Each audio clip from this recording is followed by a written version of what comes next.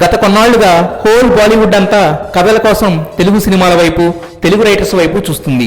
ఈ మధ్య వరుసగా ఒరిజినల్ సినిమాలు తీసి కోలుకోలేని దెబ్బలు తిన్న షాహిద్ కపూర్ హీరోగా సర్వైవ్ అవ్వడానికి టాలీవుడ్ బ్లాక్ బస్టర్ మగధీరను ఎంచుకున్నాడు. ఈ సినిమాను రీమేక్ స్పెషలిస్ట్ అయిన ప్రభుదేవా డైరెక్షన్ లో రీమేక్ చేయాలని సీరియస్ డిస్కషన్స్ లో ఉన్నాడట. తెలుగు సినిమాలను హిందీలో తీయడంలో, వాటిని హిట్ చేయడంలో ప్రభుదేవాకి మంచి ఎక్స్పీరియన్స్ అండ్ సక్సెస్ రేట్ ఉన్నాయి.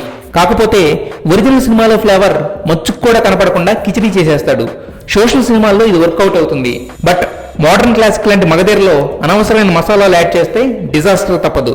అలాగే ఇలాంటి పీరియాడిక్ సినిమాలు బాలీవుడ్ లో రెగ్యులర్ గా వస్తుంటాయి. సో బాలీవుడ్ జనాలు ఎలా రిసీవ్ చేసుకుంటారో కూడా తెలియదు. బాహుబలి ఫేమ్తో, జక్కన్న నేమ్తో ఓపెనింగ్స్ కు మాత్రం డోకా ఉండదు. మిగిలిన భారం అంతా దర్శకుడు ప్రభుదేవా ప్రతిభ మీదే ఆధారపడుతుంది. ఆ ప్రేమ వెన్నలా కరిగిపోదు, పాలలా విరిగిపోదు, మజ్జిగలా పులిసిపోదు.